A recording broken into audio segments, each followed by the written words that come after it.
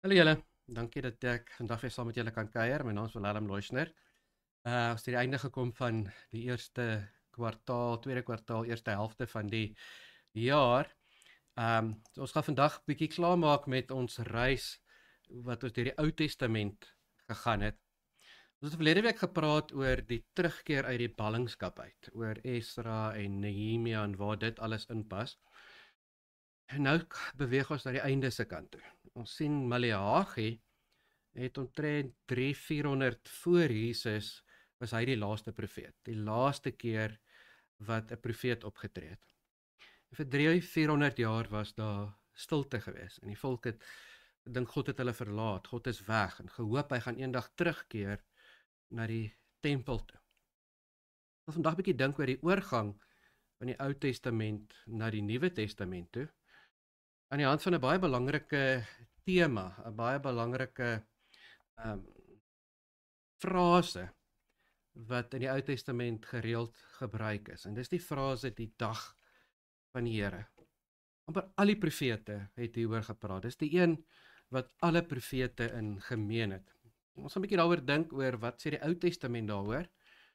Maar baie interessant, dis 'n term wat ook baie in die Nuwe Testament gebruik word. Dis so half die deurlopende lyn tussen die Ou Testament en die Nuwe Testament is die dag van die Here. So kom ons lees 'n bietjie, kom ons dink 'n bietjie daaroor. Kom ons kyk nou wat sê die Ou Testament hieroor. Jesaja: Huil, want die dag van die Here is naby. Soos 'n verwoesting kom dit van die Almagtige. Esegiel: Huil, helaas, dit is die dag. Ja, naby is die dag van die Here, 'n dag van wolke, 'n tyd van oordeel oor nasies sal dit wees. Joël: Trek rouklere aan en treur, priesters. Huil julle wat diens doen by die altaar, julle wat in diens van my God is. Kom met julle rouklere aan en bring die nag hier deur. Daar is nie graan of wyn om te offer by die tempel van julle God nie. Kondig 'n vasdag aan. Roep die gemeente saam. Bring die leiers en al die inwoners van die land by die tempel van die Here julle God bymekaar. Roep tot die Here. Die dag van die Here is naby. Op die dag sal die Almagtige verwoesting bring. O, wat 'n verskriklike dag. Blaas op die trompet in Jerusalem, maak alarm op my heilige berg. Al die inwoners van die land bewe van vrees, want die dag van die Here kom en is naby. En aan die einde van Joël, daarna sal ek my gees, dis God sê ek gaan die land herstel, en dan sê hy daarna sal ek my gees op alle mense uitstort. Julle seuns en julle dogters sal profeteer, julle ou mense sal drome droom, julle jong mense sal visioene sien. In die tyd sal ek my gees selfs op slawe en slavinne uitstort. Ek sal wonders in die hemel en op die aarde laat plaasvind, bloed, vuur en rookkolomme. Die son sal donker word en die maan bloedrooi. Dit sal gebeur voor die groot en verskriklike dag van die Here aanbreek. Enige persoon wat tot die Here bid sal gered word. Die mense wat ontsnap sal op die Sionsberg en in Jerusalem wees, net soos die Here gesê het. As hulle sal tussen die oorlewendes wees wat die Here geroep het. Amos: Daar wag 'n ontnugtering op julle wat uitsien na die dag van die Here. Waarom wens julle dat die dag van die Here moet kom? Dit gaan 'n donker dag wees. Nie 'n dag van lig nie. Dit sal wees soos iemand wat weghardloop vir 'n leeu, maar hom vasloop teen 'n beer. En wanneer hy by die huis kom en met sy hand leun teen die muur, word hy deur 'n slang gepik. Die dag van die Here sal 'n donker dag wees, sonder enige lig van hoop. Somber en uitsiglose dag. Obadja: Die dag is naby dat ek die Here met die goddeloosste nasies sal afreken. Sefanja: Wees stil voor die Here, voor my Heer, die Here, want die dag van die Here is naby. Ja, die Here het 'n offer voorberei. Hy het sy genooides geheilig. Hier kom ietsie van hoop. Dag van die Here is 'n dag wat die Here gaan afreken, gaan verwoes, gaan straf. Maar die wat hy nooi, sal hy heilig. Hy nooi hulle, hy heilig hulle. En op die Here se offerdag gaan die volgende gebeur. Gaan afreken met die leiers, met die koning se seuns en almal wat uitlandse klere dra. Die Here gaan afreken met mense. Met die koning, mense wat dink hulle is deel van God se volk. Maar die wat hy nooi, gaan hy heilig. Klein bietjie hoop. En dan die laaste verse in die Ou Testament, laaste verse van Maleagi 4 vers 4 en 5. Hier is die laaste woorde wat die volk van God gehoor het. Hierna bly God stil. Tyd wat Jesus op aarde kom, is hierdie die laaste wat hulle van God gehoor het. Kyk, voordat die groot en angswekkende dag van die Here aanbreek, sal ek die profeet Elia stuur ek die profeet Elia na julle toe. Hy sal ouers met hulle kinders versoen en kinders met hulle ouers. As dit nie gebeur nie, as die versoening nie plaasvind nie, sal ek die land tref met vernietiging. In die Ou Testament is die dag van die Here 'n dag van oordeel, 'n dag van hartseer, 'n dag van verwoesting, 'n dag waarvoor jy moet bang wees, waar die volk van die Here voor moet bang wees, want God kom uitwis. Dis 'n dag wat offers nie meer gaan help nie. Dis 'n dag wat dit nie meer gaan help om by die tempel bymekaar te kom. Dis 'n dag wat dit jou nie gaan help as jy die koning is, of as jy sê jy is deel van God se volk, of jy's jy's 'n Jood nie. Dis 'n dag wat God kom uitroei. Maar daar's 'n klein bietjie hoop. Die wat God nooi, die wat God heilig, die wat God aanbid, die wat versoen word, hulle word gered. En hoe aangrypend is dit? Die mense wat op ontsnap, sal op Sionsberg wees. Wat is Sionsberg? Dis aangrypend, want Jerusalem het 7 berge. En die 2 belangrikste berge is Berg Moria en Berg Sion. Berg Moria is waar Abraham vir Isak moes offer. Berg Moria is waar die tempel gebou is. Sionsberg is waar Dawid vir Melchisedek ontmoet het. Sionsberg is waar die tabernakel van Dawid gestaan het. Dit is aangrypend dat as die Here mense red, dan kom hulle nie by die tempel bymekaar nie. Hulle kom nie bymekaar op die berg waar mense offers gebring het nie. As die Here die mense nooi, die Here die mense red, dan bring hulle bymekaar op die berg waar die tabernakel van Dawid gestaan het, waar almal vrye toegang tot God het, waar daar nie offers gebring word nie, maar fees gevier word, waar daar gedans word en uitroepe van vreugde is, waar konings gesalf word. Dis waar God mense bymekaar bring. Daarom is dit aangrypend dat wanneer die Nuwe Testament begin, wanneer die kerk in die Nuwe Testament begin, in Handelinge 2, wanneer die gelowiges bymekaar is hulle nie op Moria bymekaar nie, hulle is nie by die tempel bymekaar nie, hulle is op Sionsberg bymekaar, in die Dawidstad. En dan kom die Heilige Gees oor hulle, en dan begin mense te sê, maar wat gaan hier aan? Hier's gewone mense wat begin profeteer, ons hoor die mense in ons eie tale praat, ons hoor hulle vertel van die groot dinge wat God gedoen het, typies die werk van profete. Profete vertel vir mense wat God se wil is. En hier's gewone mense op Sionsberg bymekaar, en hulle begin al die tale van die wêreld te vertel van die groot dinge wat God gedoen het. En dan staan Petrus op en hy sê, hierdie is 'n vervulling van die dag van die Here. Hierdie is 'n vervulling van wat Joël gesê het oor die dag van die Here. Handelinge 2, wat hier gebeur is waarvan God deur die profeet Joël gepraat het. So sal dit in die laaste dae wees, sê God. Ek sal my gees uitstort op elke mens. Julle seuns en dogters sal die woord van God verkondig. Hulle sal profete wees. Petrus sê, hier begin die laaste dae. Op hierdie oomblik. As iemand vra, wanneer is die laaste dae dan is dit nou. Dis die tyd waarin ons nou leef. Dis die tyd wat God se Gees op gewone mense kom, waar gewone mense as profete optree, waar gewone mense God se woord bring, God se woord vertel. Die son sal 'n donker kool word en die maan 'n bloedkool voordat die groot en heerlike dag van die Here kom. Elkeen wat die naam van die Here aanroep, sal verlos word. Petrus sê die dag van die Here het nog nie gekom nie. Jesus het gekom. In 'n sin is dit die eerste dag van die Here, maar die groot dag van die Here kom nog. Maar hier is nou die laaste tyd. Hier is die laaste dae voor daardie dag. Dis 'n tyd wat mense verlos word. Waarvan? Waarvan word die Jode verlos? Onthou dis Jode wat in Handelinge 2 bymekaar is op Sionsberg. Petrus sê hierdie is die Joel. Hierdie mense word verlof, hulle word verlos.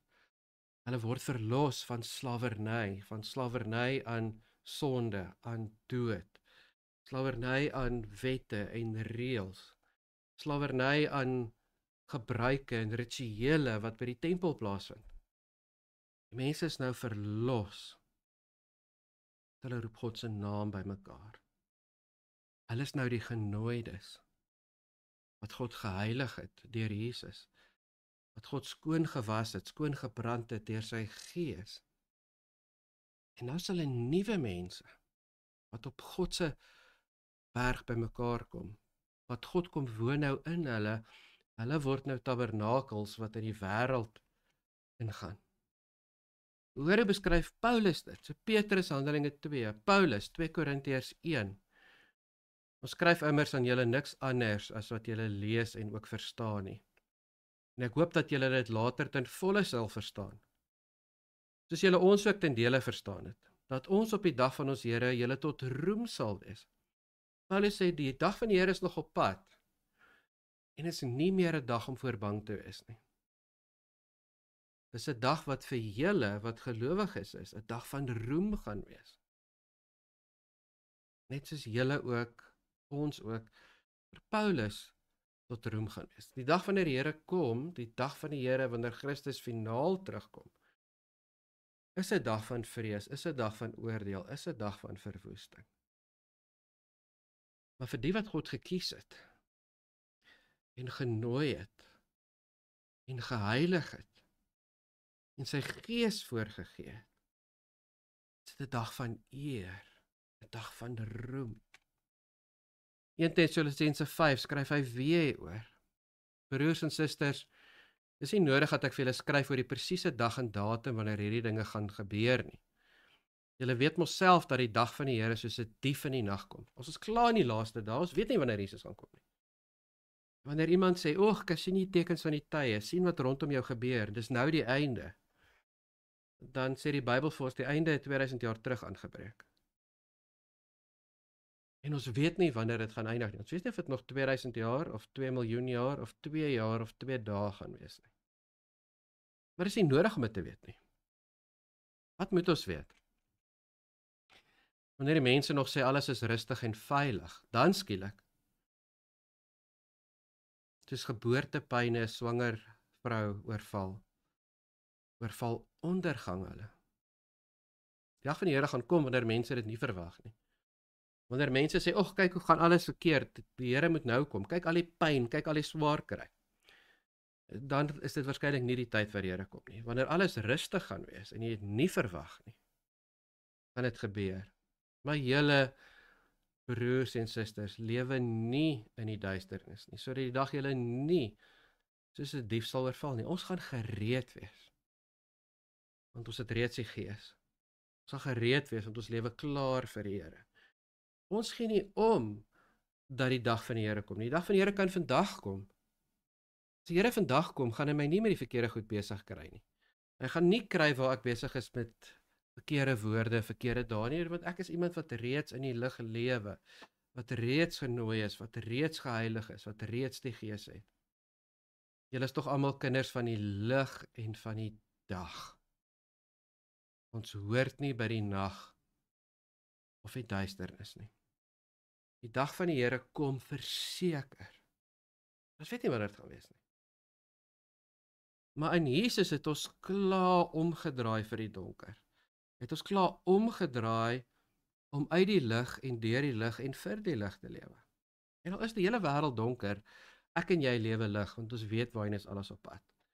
My woorde, my dade, my manier van lewe bring lig. Is ek reg vir as Jesus kom? Ja, verseker, jy kan dit sien in hoe ek lewe. Luister na my, kyk na my. Ek lewe as iemand wat vir die lig lewe. Die lig word al hoe meer. Dit word nie al hoe donkerder nie, dit word al hoe ligter, dit word al hoe helderder. Luister wat sê Petrus wanneer hy aan die einde van sy lewe kom. Handelinge 2 is die begin van sy lewe saam met die kerk. 2 Petrus is die einde van sy lewe met die kerk. Maar die dag van die Here sal so onverwags kom soos 'n dief. Dan sal die hemele met 'n groot gedruis verdwyn, die hemelliggame in vuur opgaan. Die aarde met alles wat daarop is, vergaan. Aangesien alles om ons so gaan wegbrand, moet julle leefstyl soveel te meer aan God toegewy wees. Moet julle naby hom lewe. Sien uit na die dag van die Here. As ek 'n donker wêreld sien, maar ek lewe in die lig, dan sien ek uit na die dag wat die lig vir almal gaan aangeskakel word. As ek in 'n donker huis instap met 'n flits, dan is ek opgewonde wanneer iemand die krag weer gaan aansit en die hele huis gaan lig word. En dis so ek lewe. Ek weet die lig is op pad. Ek weet die donkerte gaan ophou. Donkerte gaan eindig. Daarom kan ek nie wag vir die dag wat die Here die ligte gaan aanskakel, dat almal kan sien wat regtig aangaan nie. As ek in my huis sit en die krag gaan af, dan raak ek nie benoud nie, want ek weet wat aangaan, al kan ek dit nie sien nie. Ek weet wat alles daar is, al kan ek dit nie sien nie. Dis hoe ons lewe. Ons weet wat aangaan, al kan ons dit nie sien nie. As ek in my huis is en daar's vreemde mense by my en dit word skielik donker, dan maak ek hulle rustig en ek sê vir hulle, moenie bekommerd wees nie, julle is veilig en die lig gaan weer aankom. Dis ons werk. Dis wat dit beteken om vir die Here te lewe, is om vir mense te wys en te herinner dat die lig is op pad. Dat al sien hulle nie nou God nie, al sien hulle nie nou waarmee God besig is nie. Ons weet dis waar, want ons het klaar die lig gesien in Jesus. Sien uit na die dag van die Here en maak dat dit nog gouer kom deur nog meer lig te lewe. Dag waarop die Here die hemel aan die brand sal steek en die hemelliggame en vlamme sal wegsmelt. Die hemel is waar God is. Eendag gaan God die plek waar net hy kan kom verbrand. Want hy kom na ons toe. En daar gaan nie meer 'n plek wees waar ons nie kan kom nie. Want hemel en aarde gaan een wees. En ons gaan saam met God op die nuwe aarde bly wat ook hemel gaan wees. Want God gaan in sy tentwoning en sy tabernakel by ons wees. En hemel gaan ten volle toeganklik vir ons wees. Want oral gaan lig wees. Ons sien uit na die nuwe hemele en 'n nuwe aarde soos God beloof het. Daar sal almal voor God reg lewe. Ek en jy soos 'n jong kind wat in die straat afkyk, my pa wat op pad is, want ek weet hy kom. En ek kan al sy kar sien en ek kan al die ligte van sy kar sien. En ek kan al die engine hoor. En ek weet hy's naby en dit maak my opgewonde. Want die lig is op pad. In die Nuwe Testament kry ons 'n ander prentjie van die dag van die Here. Ons sien 'n tweede dag wat Jesus finaal gaan kom. Dit is 'n dag wat vir ons gaan roem bring. Want ons is deur God gekies en genooi en 'n ereplek gegee by hom. God het ons skoon gewas en God trek vir ons skoon klere aan. Waarom leef ons nou al in die lig? C.S. Lewis het hier 'n aangrypende ding gesê, I believe in Christianity as I believe that the sun has risen. Not only because I see it, but because by it I see everything else. Die eerste kerk het hulle geboue gebou dat hulle oos kyk na die son wat opkom. Want die dag is op pad en ons is opgewonde oor die dag wat op pad is. En ons kan al die strale sien. En deur die strale van die dag wat op pad is, sien ons die donkerte. Sien ons die waarheid. En as ek na die wêreld kyk, en as ek na myself kyk, en as ek na die mense rondom my kyk, dan kyk ek na hulle deur die lig van die dag van die Here. Dag van die Here wat 2000 jaar terug begin het, toe Jesus gekom het, en ons vrygemaak het, en ons verlos het van sonde en dood, en die duiwel. Na 2000 jaar terug, toe God sy gees uitgestort het, en gegee het, vir die wat hy genooi het, gekies het, geheilig het. En nou is ons almal profete. Ons almal mense wat God se wil verkondig, deur wat ek sê en wat ek doen.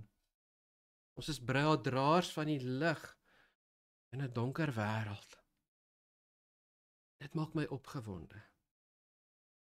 En dit kleur my lewe in, en ek kan nie wag dat die son heeltemal opkom nie, en ek kan nie wag dat almal die lig kan sien nie. Maar tot dan gaan ek met my lewe lig lewe. Wat beteken dit vir jou?